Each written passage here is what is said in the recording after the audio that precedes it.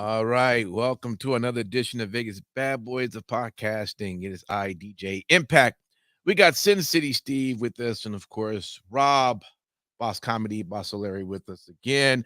No Matt Michaels tonight, as he is attending a FSW arena show. So we won't have him on Wrestling Talk. He may pop up at 3 count, but there's a good chance we may miss him there. So fellas, it's just going to be us tonight. We do ask everyone who is watching us, make sure to throw all your comments into the chat box of Twitch, Facebook, or YouTube. We'll try to get it in as we see fit. And for everyone who's just listening to the podcast, download it. We always appreciate that as well. All right, let's get right into the Too Sweet for the week and see if we got anything, fellas. Let's go.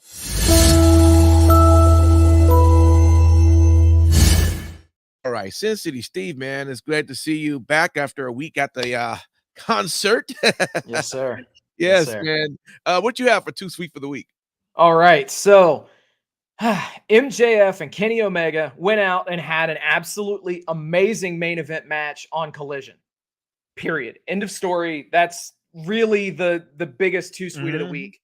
But you know, the storyline with this match was that MJF is about to break Omega's record world championship reign, and Omega got a world title match as a result of it. People have criticized, you know, the genesis of the match, that saying it was thrown together. I get it completely. A lot of things in AEW are. But the fact is that this match was fucking fantastic. It was 30 minutes, and it ended up with MJF hitting Adam Cole's finish, the Panama Sunrise, followed by his new pinning finisher. He's been using the Fujiwara armbar for a while, but he's using the Heat Seeker to get the pins now. Yeah. And if you have the means, meaning an internet connection, go find this match, spend a half hour of your life and watch it. It was old school New Japan Kenny Omega and a higher gear than we've ever gotten from MJF. Elsewhere, we actually got Kazuchika Okada on Dynamite. Okada teamed with Orange Cassidy against Bryan Danielson and Claudio Castagnoli. It was a great debut for Okada, especially for American audiences. You know, Cassidy kept up with the other guys in this match. It was a 17-minute match, but it went by super quickly. Unfortunately, Danielson got hit with an orange punch and a Rainmaker, which would lead to a broken orbital bone for Bryan Danielson for his troubles.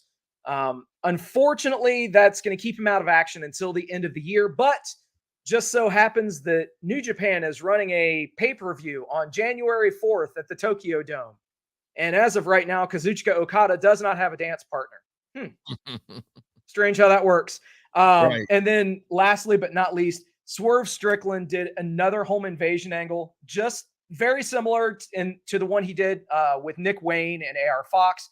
Here's the thing. The tone behind this was absolutely sinister and not playful at all. If you're going to do one of these home invasion type of angles, this is how it has to be done. Swerve had a cold, calculated dialogue, even standing over a crib in Hangman's house. We didn't see a baby or anything else. We just saw him, you know, speaking down at a crib. But yeah, the delivery felt real. Yeah. It felt real. If Swerve is not a singles champion in AEW in 2024, there are big fucking problems.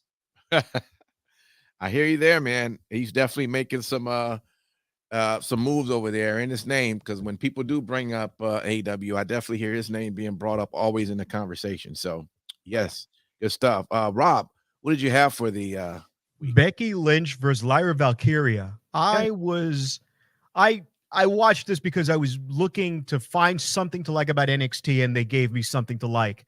I thought that the whole idea of Becky Lynch being in the training team and flaunting her stuff around, it was a waste of talent for all these new up-and-comers who deserve to have opportunities. And Lyra Valkyria sold. And Becky Lynch sold it. It didn't look like it was put on. The armbar moves that Lyra Valkyria was doing were really great. Becky Lynch looked like she was struggling.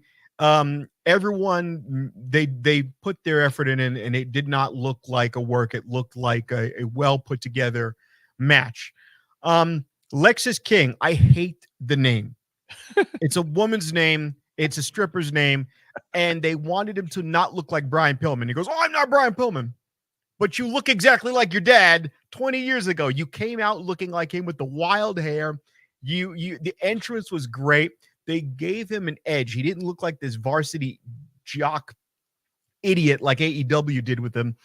They just went right to it's, you know what it is? They took his Brian Pillman career and brought it to that next level because his dad started out doing the varsity blondes, and now his dad went to the crazy thing. But his moves are great. He looked polished. In AEW, he wasn't polished. He was missing spots. His footwork was shoddy. So this was a really, really good match overall. I can't even remember, to be honest, who he wrestled. It wasn't important. It was to put him over, and they did that really effectively. Nick Aldis. Nick Aldis is becoming a uncut gem. They're just jumping right into the deep end with him. You said he's becoming a what? Say that again. An uncut gem. Oh, okay, got you. They're polishing him up because nobody knows who he is. So the tension that he has with the Raw brand and the way he's going about doing everything, the smug British arrogance, it's a persona, it's a gimmick. I want to see him wrestle, but this is looking really good. As for Kenny Omega and MJF, my only criticism was there's no belt. But the funny thing was MJF tried to steal the belt back, and then they made fun of him. He's a thief for the night. I'm like, look, it's his belt. He came in. It was also the heel commentator too. Right. He's a bloody thief, and I'm like, well, it's possession's 9/10 of the law, and It was a great match. There was many spots, an inexplicable table spot, but it was just funny as hell. I could go without the kangaroo kicks though, but he's just he's an entertainer and in ring as well. Yeah, absolutely. I'll just call out that I really did enjoy the Sami Zayn and Drew McIntyre match on Raw. I can't even remember if they ever had a match together. I mean, possibly, but that actually was a pretty good match. So it's good to see where that's going. And everything leading up. You know what? I never watch none of the Saudi shows, but I gotta tell you, this one looking like it's gonna be pretty nice. I don't think I'm still gonna watch it, but it looked like it's definitely gonna be a Are they not gonna do the thing where Roman Reigns spears somebody through the cage and you could see the zip ties that were not even spray painted, and then they zoomed in on the zip ties, and I was like, please no, oh god, I can see the breakaway cage pieces. You use zip ties. I can crash through zip ties. All right, let's get to our next one.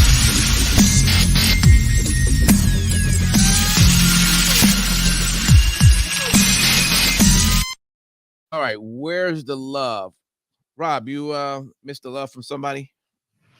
Yeah, they did her wrong again. I called Nikki Cross. I said that one, and they had her show up in a ring and then zombie herself off and do nothing. She's so much more talented, and she has decent mic skills for how weird she is, and to just have her play another zombie character is a gimmick for her. Yeah, and then the other thing was, where's the love for, Hikaru Shida? Because Shida's really just being used as a placeholder champion so they could put over Toni Storm. Shida came out and did this match. It's more of a what the fuck, but she does this match where she's inexplicably dressed like she's wearing a dress. I don't know what she's doing. Toni Storm comes out and Shida's just shocked, but like, what does it matter? Toni Storm's just doing poses, and Shida's they're not doing her right. They're not doing her justice. And I guarantee you in that pay-per-view, she's going to lose that belt, and you're going to go, wow, okay. Wasn't she once like one of the top female rosters for AEW in terms of being? But she also fought for it. They did the stories right. They did an angle. Every match was an adjustment. Every match was a bigger notch. Mm-hmm. It wasn't just, I beat Britt Baker. When she fought Abaddon was spitting blood out of her mouth and looked like a really dangerous person, not just a Halloween, Party City villain, which is what we got this weekend. Oh, we got Party City Abaddon. Look at that. She's painted up like a juggalo, and she's got green hair, and Oh, doing moves on Candy. Yeah, and oh god, she landed on the candy. It was that candy's stale. Like if they did Legos or thumbtacks, and I guess they don't want to have somebody bleed at Mohegan Sun because it's probably liabilities, but stale candy. Yeah, That was. They're still not doing the women right. And also, I want to say what happened to our guy from El Faction of Gubernales who started it, and now he's not even in the faction anymore. How are you going to have Andrade El Idolo, and then you have the faction come out? They have a scrap. They come to the defense of Cash and Wheeler, and then afterwards, Idolo's interviewed. They're like, "So those were your people. You're not with them anymore." I do not need anybody. What did you say? I do not need anybody. I don't. That was weird. He's weird. No, he's a jobber now. He's a jobber that does his wife's figure eight. And he doesn't even do it well because his back gives out at the 7 part and then he collapses. So and he's got the same costumes as Roosh, which makes no sense to me. He's got all the same gear. I would rather see him, Roosh, and Drilistico than Preston Vance. I mean, absolutely. Like if you have what's his name over in LTO, who used to be Zima Ion, they never give him any lines. Guy's name's Paris. They never give that guy any lines because he's not Spanish. He's Filipino American, and he's just filling a spot, and we know that. And he does his job. He'll fill in a match. This guy is the quintessential Faction of Garbonale guy. There's no reason to have Preston Vance there. That adds nothing to the story. He just comes in a silk shirt and gets his ass whipped. He throws a few punches, he disappears. I don't understand why there's Preston Vance. Preston Vance would have been better served staying with the Dark Order. If you don't want to do the mask, have him do what Kane did. Take the mask off, put some crap on his eyes, and say, "Okay, I'm spooky looking." Or have Preston Vance be in the what is it? The Men in Dark Black. Those three idiots. The House of Black. Where Buddy Murphy is not a brooding name. Buddy Murphy sounds like a chain of burgers in South Attleboro. It's like, come to Buddy Murphy's. I don't know what they're doing with him. Got you. Let's go over Sin City, man. What do you got? Where's the love? All right. So really seriously, where is the love for Bullet Club Gold? Now, these dudes are truly the Collision Cowboys. They're all over Collision every single week. Now, here's the thing. Jay White is challenging MJF in a couple of weeks at Full Gear in LA. I get it. So they're giving the shine to him. Now, the Guns have always been looked at as glorified jobbers. And Juice Robinson, again, I'm overlooking the horribly done quarter spot. Thankfully, they've banished that to eternity. They're not even really referencing it by name anymore. And the match this past week hopefully can put that to bed. But really, truly, outside of Jay White, where is the love for Bullet Club Gold? Because essentially you have Jay White doing his thing, but he's being backed up by 3 job guys. And I don't know that anybody can realistically take Jay White seriously. If you're a casual you don't viewer, like rock flab hard Juice Robinson? Dude. So here's the thing. Like I'm not opposed to Juice Robinson. I think that he's actually he's got Tony Storm. He's winning at life. But what I'm saying is, like, as far as him as a character, yes, he should be.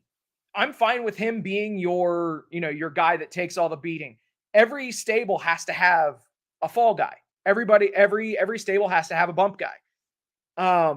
But realistically, are you going to actually push the Guns, or are they going to go into the Full Gear 0 hour against MJF in a handicap match?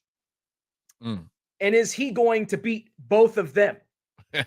Because if that happens, then they're not going to be looked at as contenders for a very long time.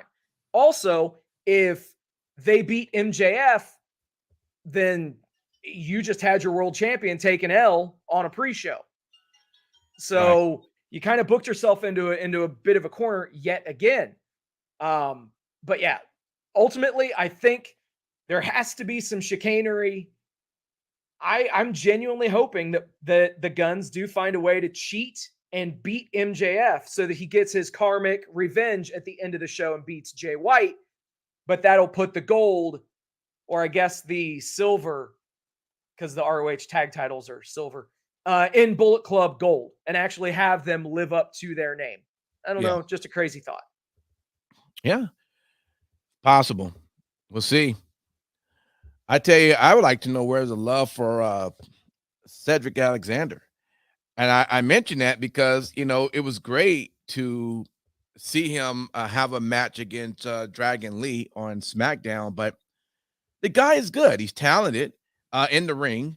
And, I think he can sell whatever he's, is coming out of his mouth. The most part is like, okay, I can get with it. Even if to the point where he has to, because I don't know if Lashley planned on wrestling for a minute. It looked like he's doing the manager thing. Maybe even if he's trying to get back with Lashley, maybe not to create another Hurt Business right now, because I know the focus is building on Street Profits, but maybe he could manage both of them at the same time without, adding Cedric to Street Profits. He just himself, but he manages him. It's just something to get him more on the screen and building them up, because it was a great match, but I don't know why he's just. Would he ever be better than he was with Shelton Benjamin? I don't know, because they had some chemistry, the two of them.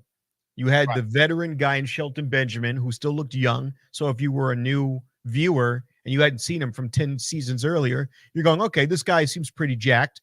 And then the two of them had chemistry in the ring. They had moves. They were a tag team. I didn't feel like they were just two random dudes thrown together. Right.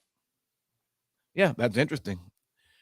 Well, we'll see. We'll see where we go with that, or does he just disappear in the wilderness again? All right. Let's see what WTFs we got for the week.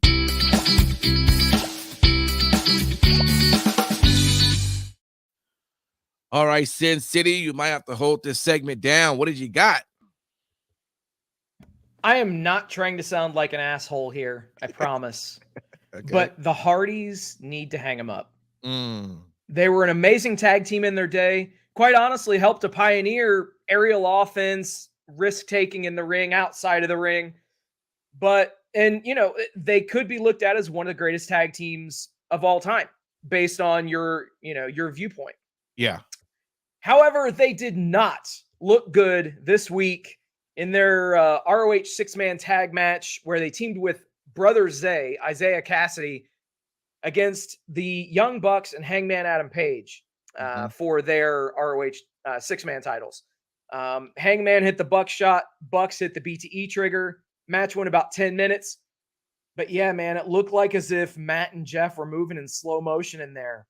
What the fuck, guys? It's time. It's time. Elsewhere, we already made reference to it. Hikaru Shida. Yeah, she had a week. We're going to talk about her match with Abaddon later, but she also had a match with Ruby Soho that went about 10 minutes. And to absolutely no one's surprise, Shida came out the victor in that match. Now, I say to no one's surprise because Ruby Soho has been in about 47 title matches at this point. She hasn't won a single one of them. At this point, it's difficult to even take her seriously as a threat to win a match, let alone a title match. Right.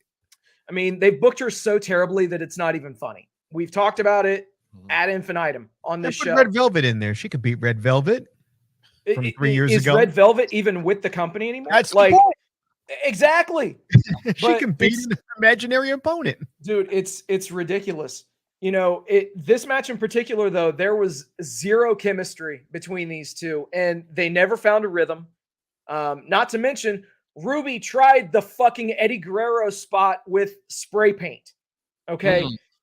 Now, mind you, if the ref would have DQ'd Hikaru Shida, Ruby would have gotten what? a disqualification win. She wouldn't have gotten the fucking title. So what the fuck? Like, it doesn't make any sense. That spot made no sense. This whole match made no sense. And quite honestly, this match is better left to be forgotten. And that's not necessarily a slight on any individual competitor. Yeah. This match was just not it. And lastly, I am telling you right here and fucking now, if we get Ric Flair in an AEW ring for another last match, I swear I will lose my shit. When the announcement was made that TK had a gift to give to Sting, and you know, I legit thought, okay, yeah, they're gonna bring out some of his old opponents. I kind of saw this coming, but the surprise was the Nature Boy himself. Flair and Sting was a cool moment, especially them being back on TBS one more time. But please, Tony. You don't want to see Flair slapping his old 80-year-old man meat in the ring? Tony, I know you or someone in your office watches and listens to this show. Please, let it be isolated to moments outside of physical activity. Okay? Yeah. Now, I do have to say, though, Christian did steal the fucking show with his barbed comments towards Rick. Fucking great shit there, talking about Ric Flair's black liver. But yeah, it scarily enough screams to me that at some point we're going to get Flair, Sting, and Darby teaming up. And I really don't fucking want that. Yeah. What the fuck? Yeah. You wasn't on last week's show, but Matt Michaels, I got to give it to him. He actually did predict that it was going to be Flair. He actually said it there. We was like, what? And then, so he actually called me up as soon as TK made that announcement. He was like, holy, he sent me the text. I was like, oh man, I already know what happened. So yeah. Oh, well, we'll see where that goes.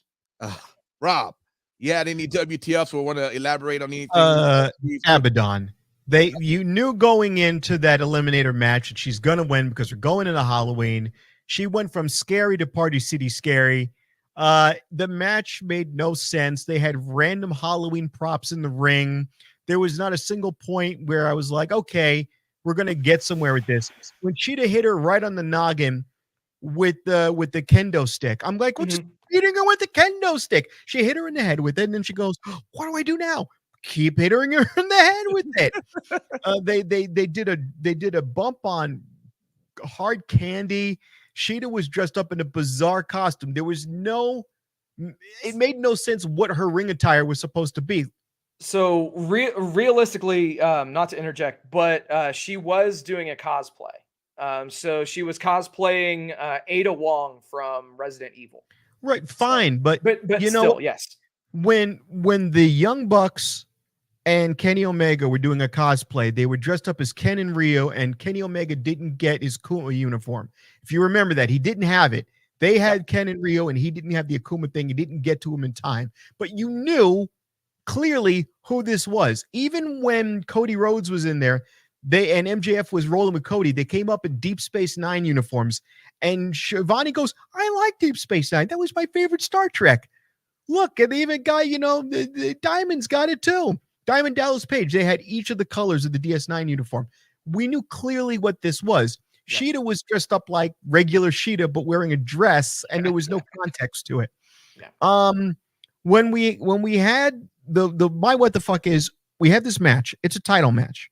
You give me 1 week's notice. Oh, by the way, you're about to beat me. You're about to overtake my record. So, I'm going to wrestle you now. No build up. No, you could have spread that out over a month. Hey, a month's coming. And by the way, because even WWE does this, right? A month before, they'll go, by the way, you're going to overtake me, kid. I don't want that. I know you've got problems with Jay White. The two of us will team up. We'll get your belt back so this match has legitimacy. I don't understand how you're going to put a match out there where the referee does not raise the belt over his fucking head. Okay? I can overlook a lot of things. A match is supposed to be pomp and circumstance. I want to see the belt. I thought when he came out when the two of them shook hands that he was going to team up with him, beat the shit out of Jay White, get his belt back, and then we have a proper match. The other thing is you buried the lead because you put so much more emphasis on that match with Jay White that we know that Kenny Omega is going to lose right out of the gate. And we had no parameters for what the match was. So when he brings out a fucking table, I'm going, wait a minute. Rick Knox should be automatically ending the match. Don't give me that wide latitude shit that they're, oh, hey, we're giving them wide latitude. No, you put him to a fucking table. You never once established what the parameters of the match was. That's a huge faux pas. Okay, and it's not me being a nerd. It's like, well, fuck, if I shot you in the face in the middle of the match, and I got to wait a minute now, patch him up and keep going. No, the match is over. Stupid. Fucking put him through a table. And I'm sorry. You want to hang up the Hardys? Jim Ross is a shell. Yes. They bring him out. Here's my thing, and I have a billion complaints about WWE. Those guys start from start to finish, bell to bell. They do their commentary. You bring out Jim Ross for one match, and he's a mumbling idiot. You know, it's determination. He said that twice. He said, this is gut and determination. And then he paused and he said, determination, the drive, and the athleticism. If I hear that fucker say athleticism one more goddamn time, I'm going to strangle him. Okay? I'm going to strangle him and drown him in barbecue sauce. Stop saying athleticism. You got nothing left in your fucking brain. Athleticism. Come on. I'd rather hear fucking, I'd rather hear Jerry the King Lawler scream puppies over and over again. Except the women on AEW don't have puppies. All right. They don't. Let's see what y'all looking out for.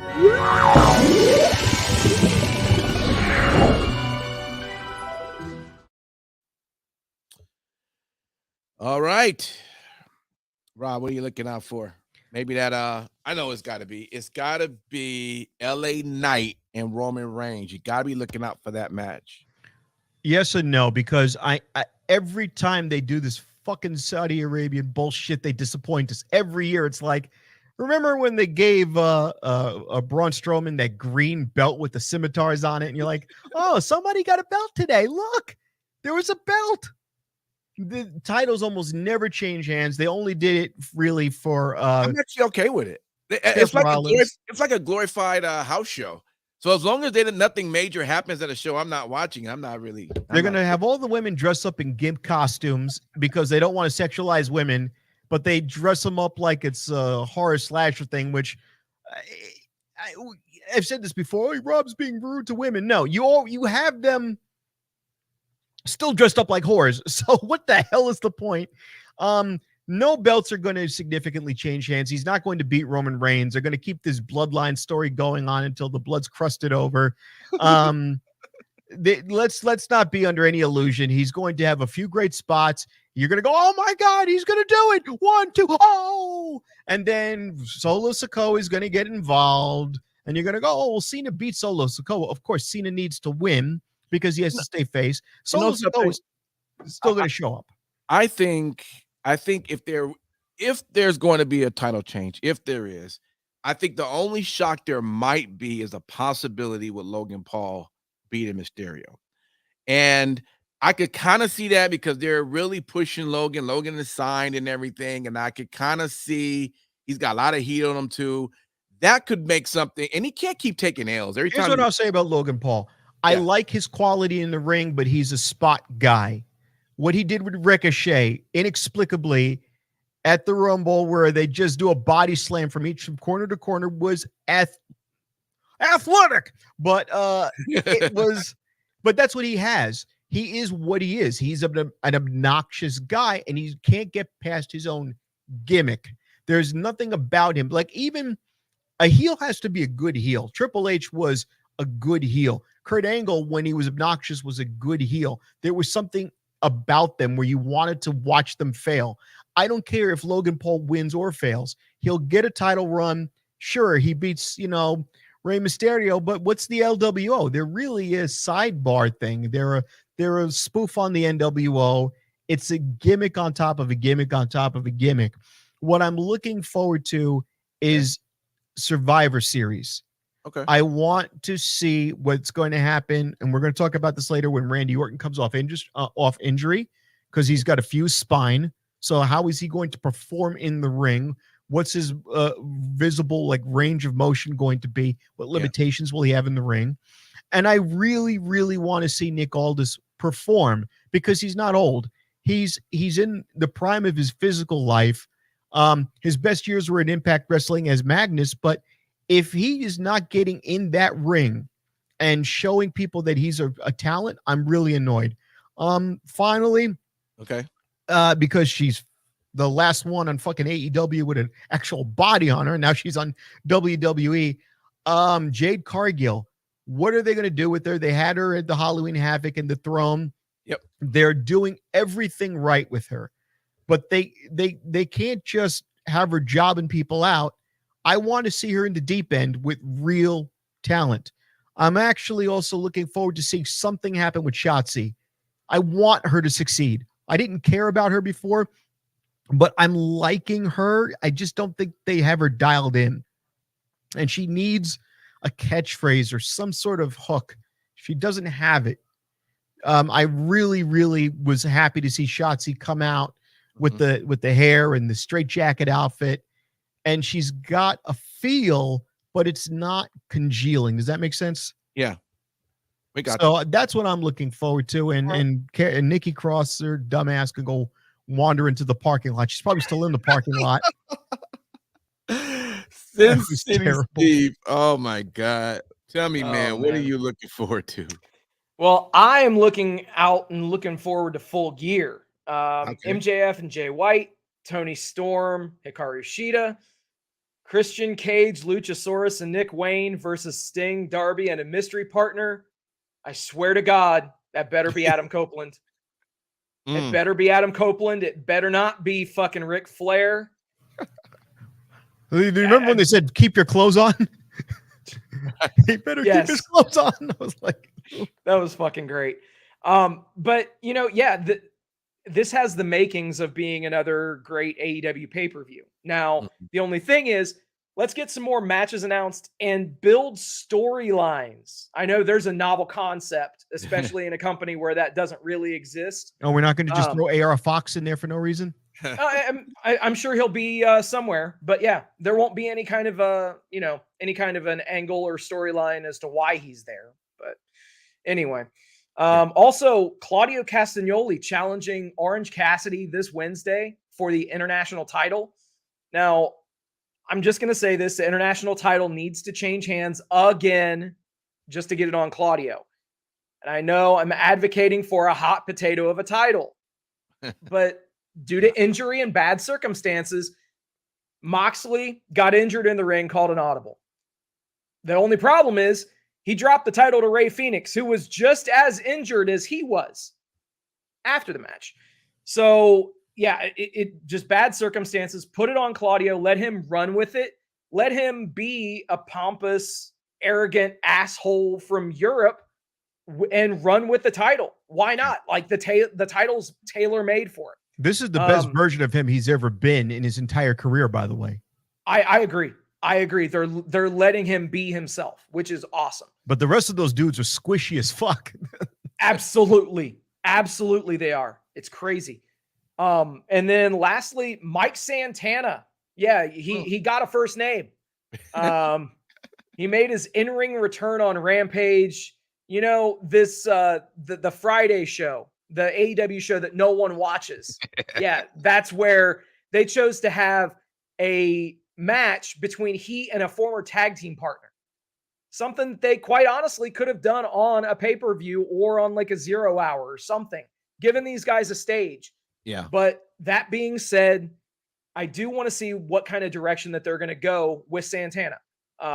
He's proven that he can talk on the mic. It really just depends on what they want to do with him. Now, will they just let him flounder and be lost in the abyss of madness and, you know, mediocrity that is the AEW roster? Unfortunately, unless they prove otherwise, yeah. But I'm holding out hope. I think I have to say this. You know, I have to be optimistic with it. I really want to see what they're going to do with him, especially Santana picked up the win, but Ortiz actually left begrudgingly with Sanjay Dutt after the match. So take that however you will. Ortiz looks like my freaking old Dominican landlord from the Bronx at this point with that freaking mustache and the white fucking beater hat. and the I mean, he looks ridiculous. I think Mike Santana with that knee brace worries me if he's going to be able to move like he used Absolutely. to. They were too good as a tag team, and they didn't capitalize when they had the chance. They should have gave them the belts when they were part of the Inner Circle and stop fucking around. Yep. Their matches in Impact Wrestling were savage. Fire. Wasted opportunity with those guys. They sat on them for way too long. Yeah. All right, let's get in the best in show.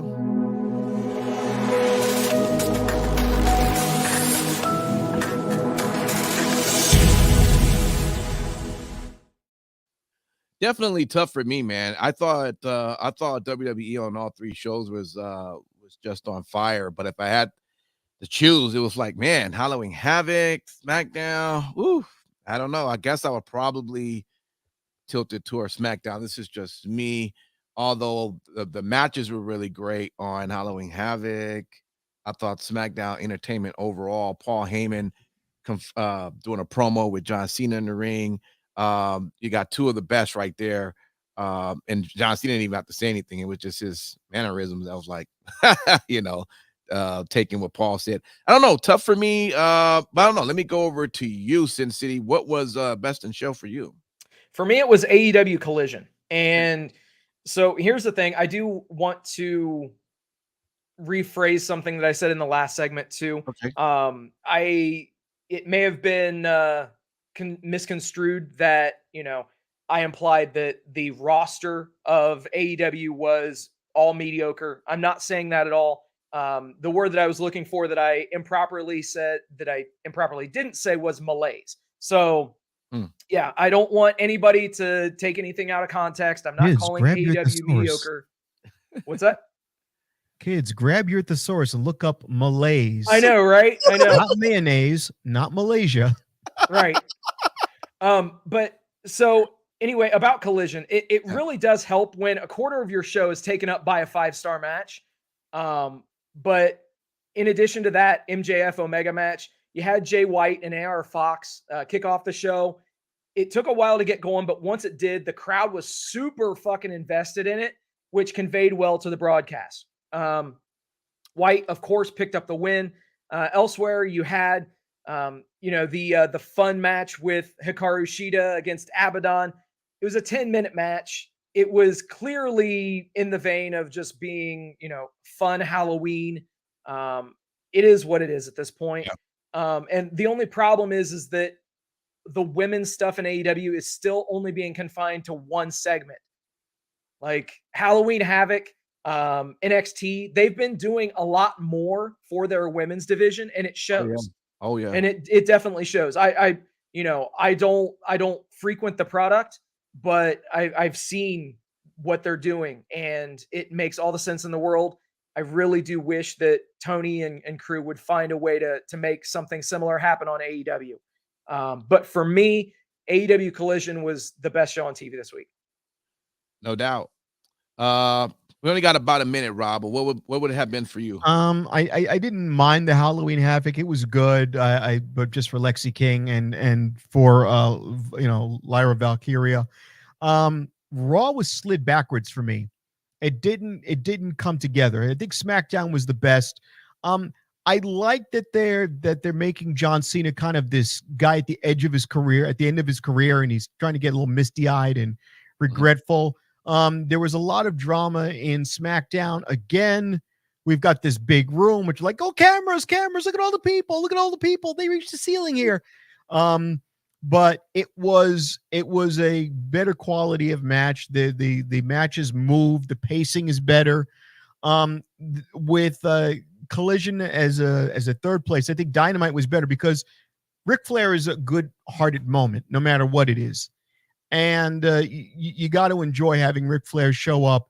I would like to see Ric Flair come in the capacity as a manager or a coach or just even to do commentary Yeah. If you could get any number of those things, it was good. I like when we see the that match with the Orange Punch itself. That was still an excellent match. I don't mind if you're going to insert somebody in a match from New Japan Pro Wrestling to fill the match if we have an idea that this is a heavy hitter, which AEW can do well. If they go, he's Azusa Quesada, I butchered the name, but he comes out and you go, okay, well, this is a guy that we know is dangerous. I think Dynamite was slightly better than the others. And also the Alpha, the match with him was just amazing. Okay. They're building up divisions on Dynamite, and they're building up teams better. All right, y'all. Listen, we got to end this because we got to start recording 3 Count. But we thank you for hanging out with us for the live show. We try to get in your comments as much as possible. But if you're watching us live, stay tuned for 3 Count. If you downloaded and listened to the podcast, we appreciate that as well. Until then, we will do it all again next week. Take care and happy wrestling to you all.